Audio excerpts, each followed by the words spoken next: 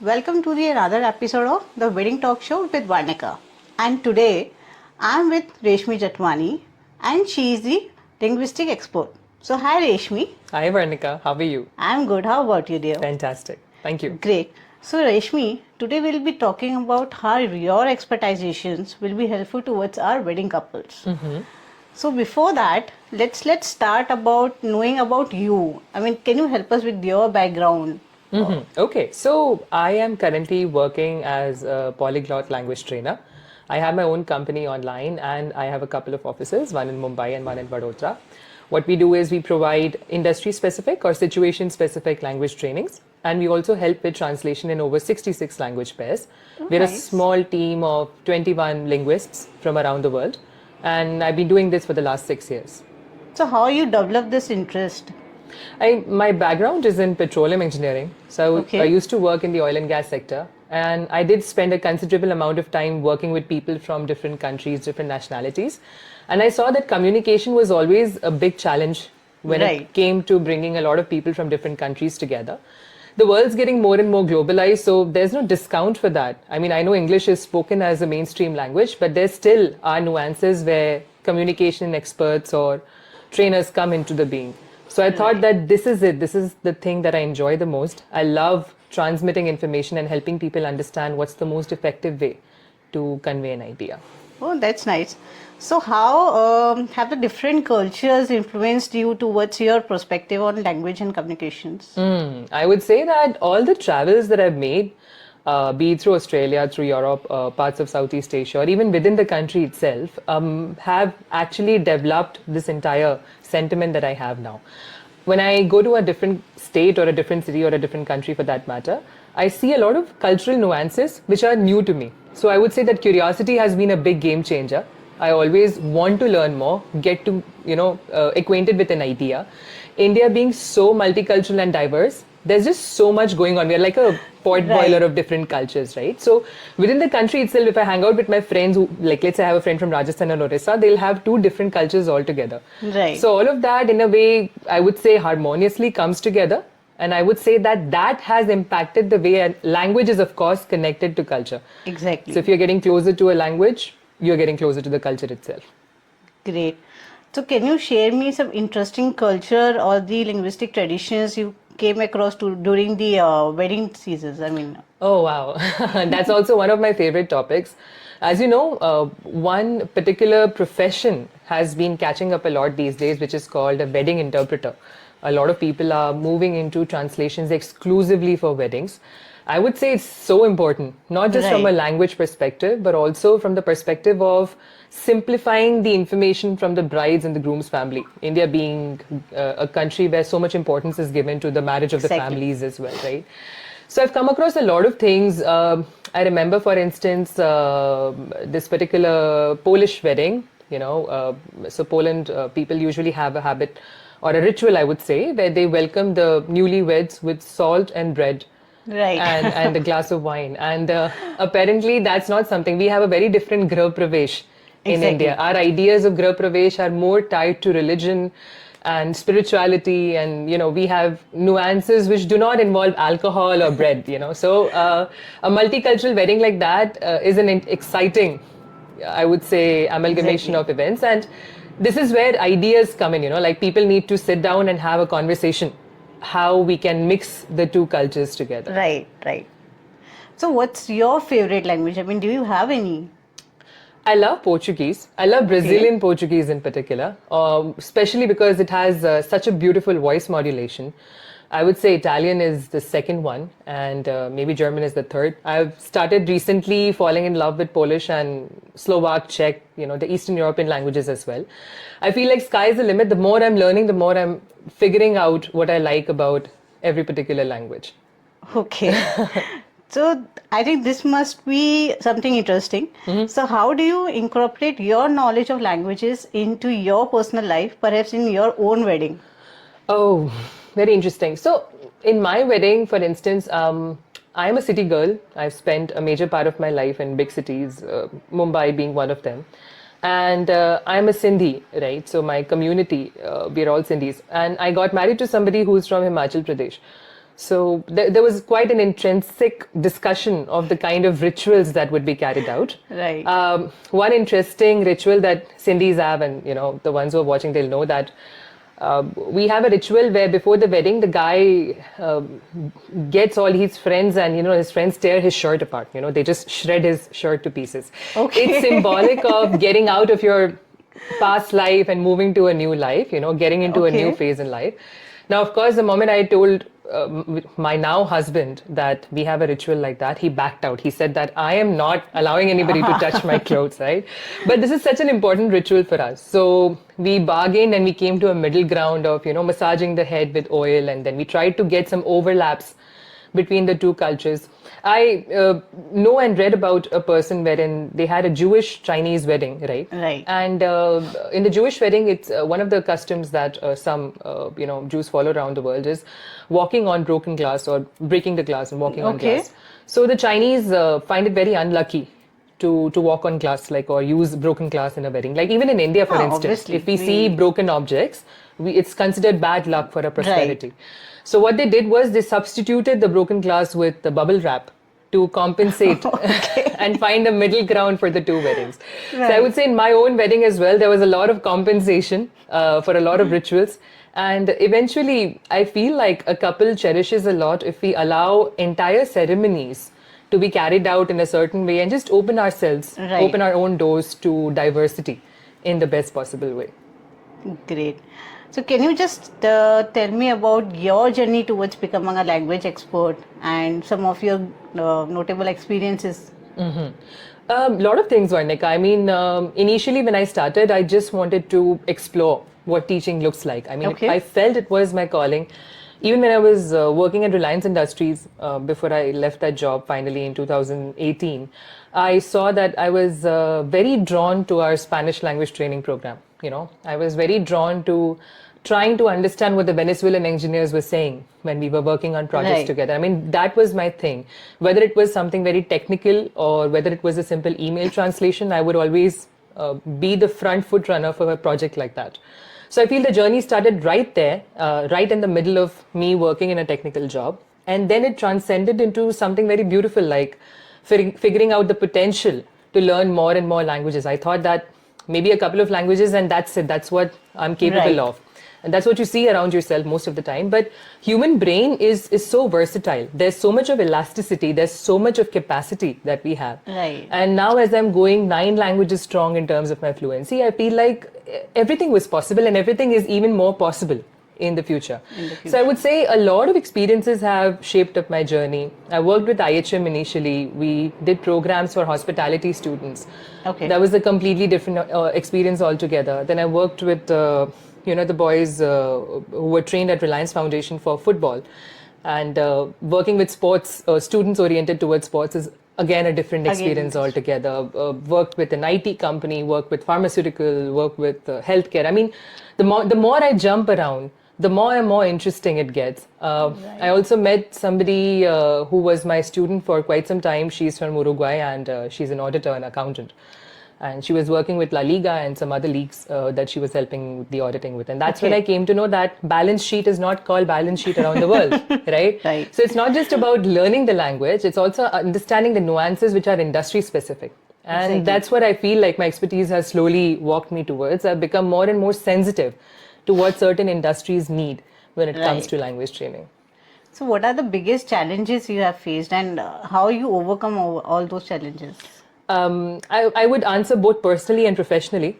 Personally, I feel like some languages, obviously, they take a lot more patience and perseverance. Having said that, it's a journey.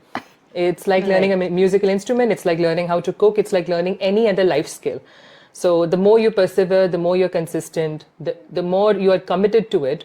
I would not say in terms of time, but in terms of, the repetition of ideas or consistency, the better you get at it.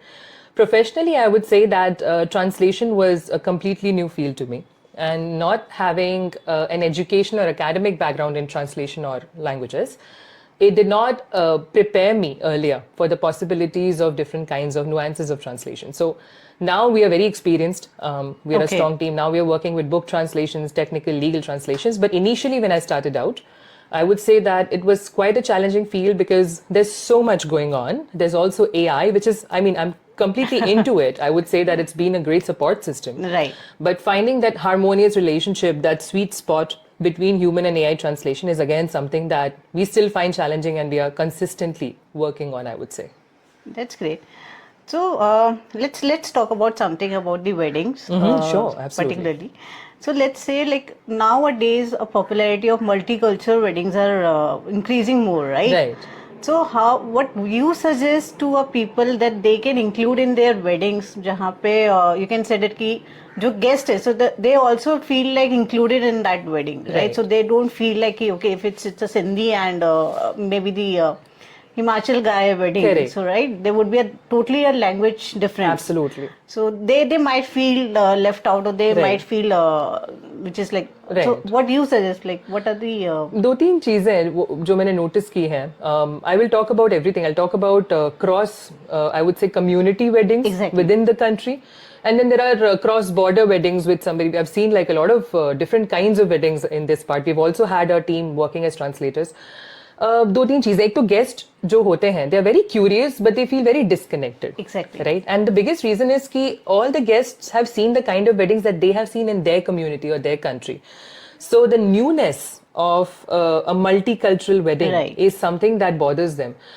I would suggest that something we do in interpretation or translation conferences is give people disposable headphones. Right. And we have an interpreter who's constantly, translating whatever has been said. So that's one way to do it. But Indian weddings की बात करें, and even other weddings for that matter, there are a lot of things which are fixed. कुछ scriptures Right. fixed हैं, readings fixed हैं, rituals fixed हैं. I believe a little bit of preparation before the wedding, where we can actually note down everything in an agenda or a program and then hand them over as leaflets Right. to the different guests. It'll allow them to stay connected. So one of my cousins got married to a French woman, and Okay. they had guests come over from France.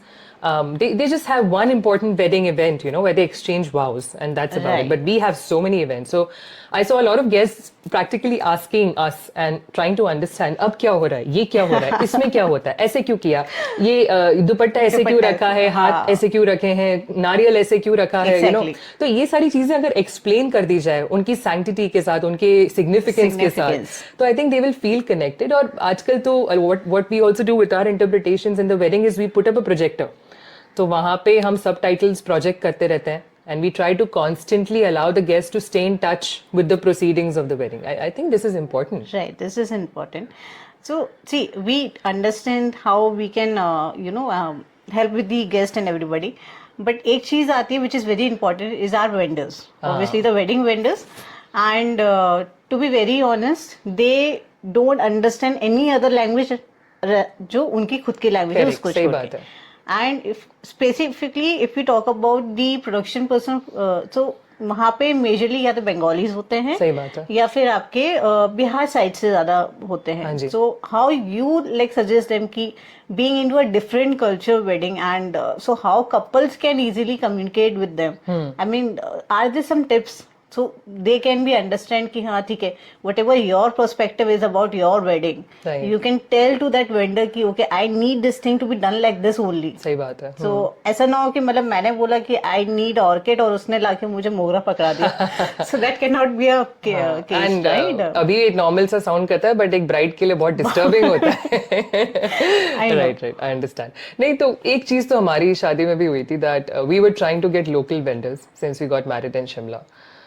मैंने देखा कि बात सिर्फ language की नहीं थी, बात ये भी थी कि आप मुंबई में कुछ चीजें देखते हैं वेडिंग्स में Right. जो वहाँ अवेयरनेस ही नहीं है, या उन्होंने इस तरीके की वेडिंग्स की नहीं है, तो वहाँ जाके ये एक्सपेक्टेशन रखना is a big deal. Exactly. तो एक सबसे बड़ा जो मेरे लिए पॉइंटर वन है वो ये है कि एक कपल को they need to come down to the part कि हमारी शादी कहाँ हो रही है, and how much can we fit according to the culture of that city Right. or that place. So that's the first. Second, we decided to go wild, and we got a photographer from Rajasthan and we had somebody from Bengal for Okay. the decor. Yeah, तो हम काफी अलग अलग state से हमने vendors लिए थे individually. मैंने अपनी वेडिंग खुद ऑर्गेनाइज की थी. अच्छा. I wish I would have found you earlier, लेकिन उस समय तो जो था, I had ended up organizing most of it. तो एक दो तीन चीजें हेल्प करती है. एक तो विजुअल एड्स बहुत ज्यादा हेल्प करते हैं. आप फोटोग्राफ्स दिखाइए and you tell them to be sure कि जो मैंने आपको फोटो में दिखाया है, मुझे इससे एज क्लोज चाहे वो फ्लोरिंग हो गया, चाहे वो आपका पीछे का बैकड्रॉप डेकोर हो गया. So as close to the photograph as possible. Visual aids help. लोग अंडर एस्टिमेट कर देते हैं. लोगों को लगता है कि हम बस बात करेंगे और सारी चीजें वैसे की वैसे. बट मेरे हिसाब से जैसे बचपन में एक स्क्रैप बुक बनाते थे, एक वेडिंग की स्क्रैप बुक बनाना बहुत जरूरी है. Having small photographs of what you have as a visual. क्योंकि हर बार ऐसा नहीं होता है कि आपकी बात सामने वाले को कम्युनिकेट हो पा रही है.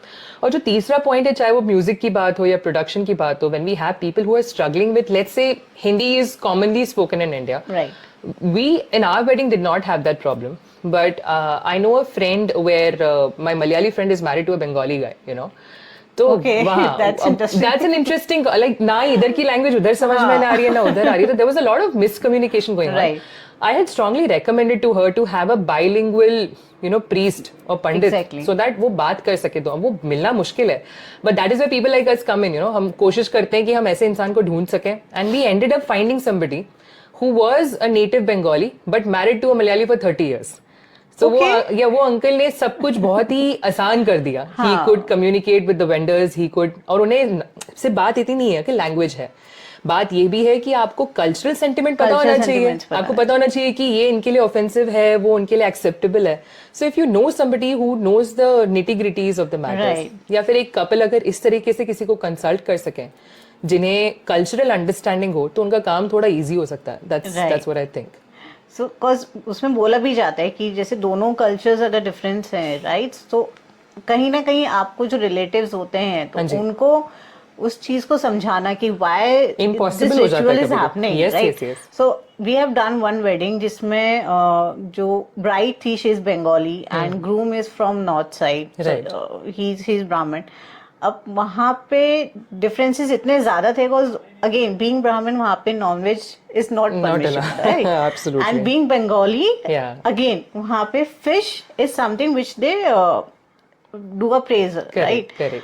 अब वहाँ पे ये सिचुएशन हो गई कि भाई एक तरफ फिश है, एक तरफ वो सीन है, तो मतलब वो सिचुएशन ऐसी थी कि वहाँ पे आप किसी को समझा ही नहीं सकते. सही बात है, बिल्कुल. सो उस केस में मतलब व्हाट यू सजेस्ट कि क्या पॉसिबिलिटी हम लोग कर सकते हैं कि जहाँ पे रिलेटिव्स भी समझ जाएं, समहाउ जो पेरेंट्स है वो भी समझ जाएं, और जो इतने ज्यादा डिफरेंसेस आने लगते हैं कि भाई नहीं, आपके एक इंटर कास्ट वेडिंग हम जिसकी बात करते हैं, इंटरकल्चर वेडिंग होती है, सो वो कहीं ना कहीं एक सेम लेवल पे आ जाए कि हाँ, see this is like something कि ठीक है, आपका भी है, हमारा भी है, somehow let's do it on a equal way. Right. हमारी शादी में सेम प्रॉब्लम हुआ था. प्रॉब्लम नहीं कहूंगी, पर ये डिस्कशन जरूर हुआ था, because I am married to a Brahmin guy who comes from a very devout vegetarian family.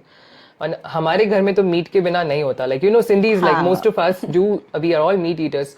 तो हमने ये डिसीजन लिया था कि 3 में से हम एक इवेंट का तो हम बहुत ही general, we'll keep like finger food, तो उसमें हम कोई कॉन्वर्सेशन नहीं करेंगे. Right. My in-laws wanted that wedding should be pious and free of any kind of meat dishes, so we decided to keep that, but I compensated and negotiated. I said आप संगीत पे please non-veg रखने दीजिए, okay, and not create like different, just like 2 different tables, not exactly, वरना क्या हो जाता है, सब ग्रुप्स बन जाते हैं. हाँ, इधर की फैमिली इधर खड़ी हो जाए, and we did not want that kind of a mixture. लेकिन वो एक अच्छा था, जो बॉन्डिंग फैक्टर था वो अल्कोहल था. So if you give, a little bit of free alcohol to everybody, सब एकदम खुश हो जाते हैं, कहीं ना कहीं हो जाता है. But हाँ, there are weddings where alcohol is not accepted. I would say that having a serious and a very committed discussion on how we can carry one event according to one person's wishes and the other event, और वो आप choose कर लीजिए. किसी के लिए wedding सबसे ज्यादा important है, मेरे लिए संगीत important था. Because I am a person who likes to have fun. तो मुझे लगा वो जो fun वाला element है वो शादी के rituals के बीच में नहीं आएगा. तो आई टुक संगीत टू माई स्ट्राइड. मैंने कहा सारे डिसीजंस मेरे होंगे और वेडिंग आपकी, जैसे आप करना चाहते हैं, complete surrender, like no discussion on that. So यही एडवाइस रहेगा. मतलब इट्स इंपॉर्टेंट दैट, फिर से वही बात बोलूंगी जो पहले का, कल्चरल माइंडसेट समझना बहुत जरूरी है. अ lot of people ask me, how did you adapt to the Himachali culture? I did not adapt to that culture. I just have a very strong cultural understanding of it to know what is acceptable and what is not. There are a lot of things जो हम लोग normally ऐसे हिंदी में भी, टपोरी हिंदी में बॉम्बे में बोल देते हैं, जो वहाँ पे बहुत बड़ी बात. आप नॉर्थ इंडिया जितना आप जाएंगे वहाँ पे हिंदी शुद्ध होती जाएगी. Exactly. So there are things which come. देखिए लैंग्वेज और कल्चर कैसे एक दूसरे से कनेक्टेड हैं. कुछ आप लैंग्वेज में यूज कर रहे हैं, वो कल्चरली ऑफेंसिव हो रहा है, and so on. So small things, a little bit of heads up, getting a training, getting awareness about such things can ease out such creases, I guess. So even if it like I'll talk about the wedding vows, right? So writing a wedding vows are very personal and emotional, Absolutely. right? And if you want you want to give an advice ki how a different culture or a different languages can be written in a form of a wedding, Right. so that too also considering your emotions. So it's Right. not something I read something as a wedding vow, Correct. and which is not acceptable to you. Absolutely, Right? absolutely. So what your suggestion towards that? I think the bride and groom should sit down and talk about the 5 most important things in their life when it comes to emotional or sentimental bonding. Right.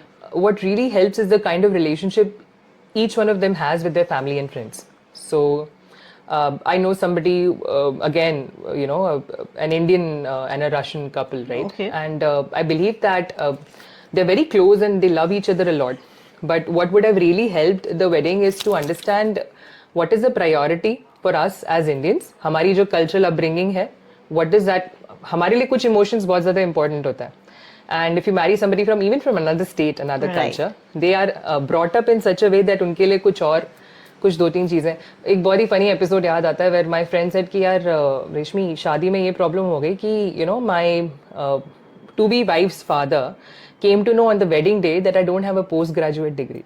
It's like मेरा तो पूरा यार business family है, हम तो सब ज्यादा से ज्यादा 12वीं पास हैं, अब उन्हें ये बात पता चलेगी तो कैसा लगेगा. Okay. तो मैंने कहा तू अपने वेडिंग वाव में लिख दे कि शादी के बाद I will put my heart and soul into getting a post graduate degree. तो आई मीन ये उसने बोला है ऐसा. अच्छा. हाँ, उसने कोशिश ने कहा कि चाहे मैं भले डिग्री वहां जाके नहीं करूं लेकिन एक डिस्टेंस कोर्स कर लूंगा मैं. हाँ. मतलब एजुकेशन को इम्पोर्टेंस दूंगा. And somehow that brought tears in the eyes of the father of the bride. Father of the bride, तो उन्हें बहुत right. फर्क पड़ा इसलिए. बहुत ही माइनर सी, बहुत ही ऐसी थी, मतलब कोई इसका किसी ने सोचा भी नहीं होगा कि इसकी कोई रेलेवेंस है. Exactly. Neither the bride herself thought कि क्या बोल रहा है, मतलब what is he हाँ. even talking about. लेकिन कुछ लोगों के लिए, पेरेंट्स के लिए in particular, vows as couple तो इम्पोर्टेंट होते ही हैं, लेकिन कपल उसे फिगर आउट कर सकते हैं. लेकिन when it goes all the way to the people there, the community, the family, then it trickles down as waves. Exactly. So you have to be very sensitive about the other person's culture. Understand what they appreciate, what they like, what their culture is all about. थोड़ा deep उतरना जरूरी है. ऐसे नहीं कि आपको किसी से प्यार हो गया, आपने बस कहा चलो शादी हो गई, हाँ हो गई, अब कुछ फर्क नहीं पड़ता. नहीं, it's a lifelong process. It's like reading a book. ऐसे सोच लीजिए कि अगर आप गुजरात में पैदा हुए हैं और आप कर्नाटका में शादी कर रहे हैं, सो आज से आपका कर्नाटका का चैप्टर शुरू हो गया है, आपका पार्ट शुरू हो गया. यू विल गो इट अध्याय 1 2 3 4, आप पूरा अभी स्टडी करने वाले. And this is very important, very important. So when we are talking about the inter marriages or the multicultural weddings we are talking about, so do you really suggest we should hire a translators in a wedding? And I mean, even hiring them, like what are the some points we should consider? Like the same emotion, same sentiment should come out as a delivery, like whatever the vows are happening or whatever the conversations even happening. Correct. So that translator would be able to give you the same kind of emotions, like what I'm trying to say to Absolutely. that person. एक interesting observation है मेरा, not just मेरी खुद की wedding के लिए भी है, and even the other weddings that I been to. I feel that a lot of important information is lost between the bride's family and the groom's family, or between the bride and groom themselves, not just the families, because groom को लगता है ये तो normal है, इसमें क्या बताना है, और bride को लगता है इसमें क्या बताना है, ये तो उसे पता ही होगा. ये तो पता ही होगा. हाँ, तो सामने वाले को ऐसा लगता है कि दूसरे बंदे को पता है. But the reason that happens is because we live and grow up with an assumption that most communities or cultures are like our cultures. Only to find it later that you get cultural shocks about things which were not there. So I would not just use the word translator.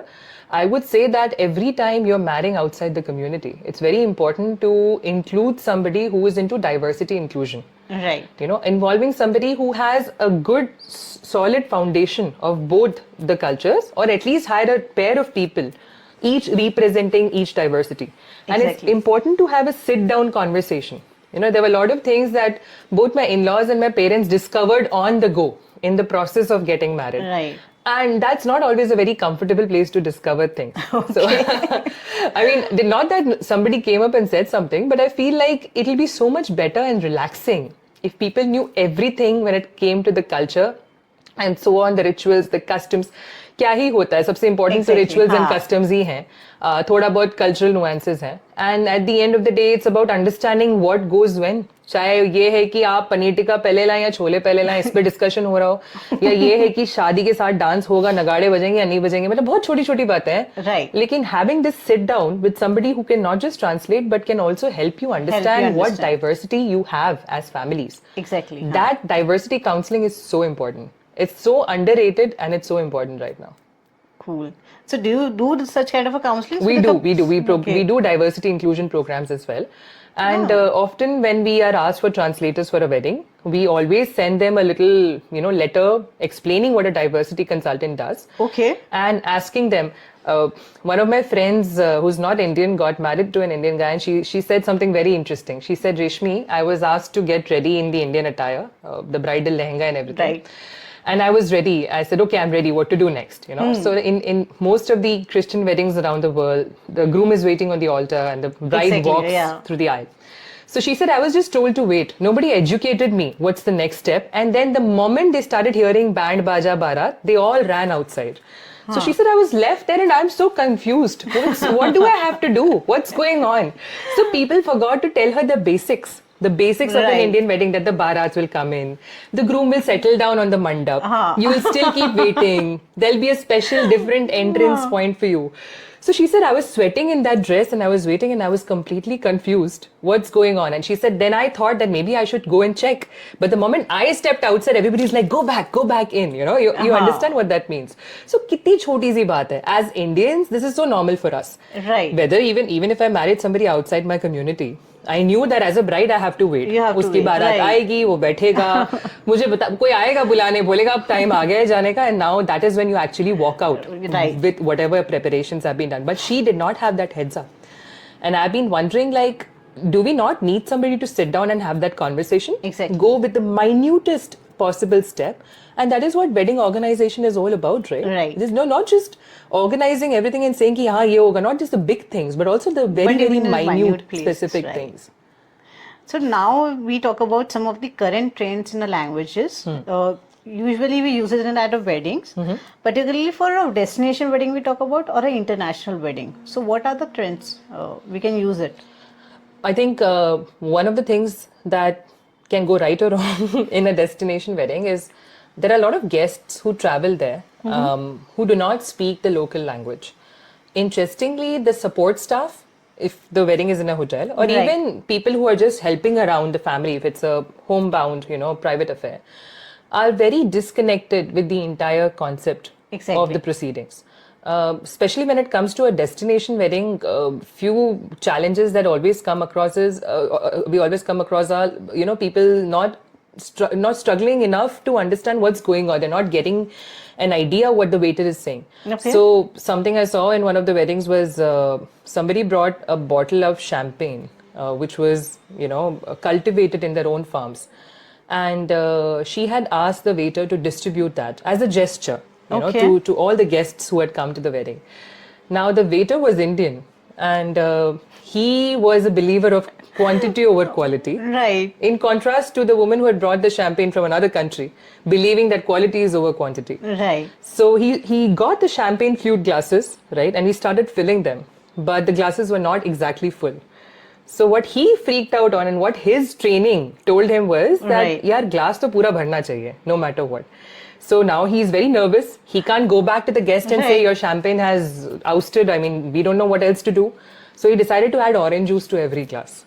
Okay, just to pay. It was such a difficult and painful event for the woman who actually took the trouble of bringing champagne, which was, see, for us, maybe it's not a big deal, right? Because maybe champagne does not hold that cultural value for us. Right. Maybe it's just another drink for us. But for other cultures, it could be everything. So Right. she almost took it with a big state of shock. And I feel like such events recall and have high demand for communicating with support staff. We are completely ignoring how support staff plays an important role in every little proceeding. So if you have a wedding organizer, even better. You don't go to the Right. support staff, you go to the wedding organizer and say, I want champagne to be distributed to my people. And then the Right. wedding organizer is cognizant enough to understand that this is how the champagne is supposed to be distributed. Exactly. Right? It's not supposed to be distributed with orange juice. You would not believe we had to throw off all those glasses. Oh, They didn't- obviously. I mean, you cannot have a wine and an orange juice together. That's what. Doesn't make right? sense. So small things. So when we are talking about languages, right? So there are a lot of barriers also come up with the languages. And when we talk about the barriers, so there are a lot of misunderstanding. Yeah. There are a lot of problems which comes out, Yeah. and that is majorly comes up when we are doing the entire wedding planning, right? Yeah. The process of a wedding planning. And at that times, like what you suggest, like people should consider, so all those barriers or all those misunderstandings can be avoided. So definitely the sit down conversation helps. Right. Also, it's not just about using the right words or the right language. Sometimes what can happen is the vocabulary, of course, can make a huge difference, but I also feel the nature of conversation can make a difference. Right. There are some people who have a personality of speaking in short, summarized, clear sentences. There are some people who give you an entire narrative. So when two people like that come together, it's often difficult to bridge that. Exactly. So that's one gap. The other gap is the age gap. When two people from two different generations are having a conversation and they want to come to a common conclusion, again, the generation gap does not allow for them to overrule a certain, like a lot of people come in nowadays, बहुत सारे ऐसे बच्चे हैं, you know, young people getting married. We don't want to have a ritual, we want a court wedding. Right. But the parents want a ritual. So, I mean, these are all generational gap things, right? I mean, I'm not saying either person is correct or wrong, but then it becomes the job of an organizer to understand Both how exactly to bridge the gap. So I would say that yes, having a clear conversation. So what we do as translators also, when we have communication barrier challenges, we have a questionnaire. Okay. So like this beautiful questionnaire you prepared, you know, I mean, it helps so much ease out all the creases, all the Right. painful moments, because nobody says beyond the questionnaire and nobody says less than it. Exactly. And I feel like if we all have that very strong and intense questionnaire after having a decent conversation with both the family sides, then I think that questionnaire is in itself enough for us to enough, have that right. conversation. It's not necessary to go beyond that, but इतना जरूरी है कि उसमें अगर 10 सवाल हैं तो आप 10 सवाल का सही से 10 जवाब दे दो. Exactly. So that's come up with their last question. Yeah, okay. So how can couples leverage the nuisance of a different languages to enhance the emotional experiences and the intimacy of their wedding? Very, very beautiful question. Very persistent problem around the world right now. There are certain cultures around the world where taking care has a very different definition than taking care in India. Right. छोटी छोटी चीजें जैसे हम India में बहुत प्यार से बोल लेते हैं अरे कर लो ना खा लो ना दिस इज कंसिडर्ड इंसिस्टेंस और Right. force in certain other cultures. So once again, having foundation values is very important. If you have matching values with your partner or your partner's family, I believe that it's easy to go through the process. And often those values come in very small packet sizes. Values can be things like how do you deal with an argument? How do you deal with a disagreement? Right. A value could also be, is this insistence for you? Because this is अपनापन for us.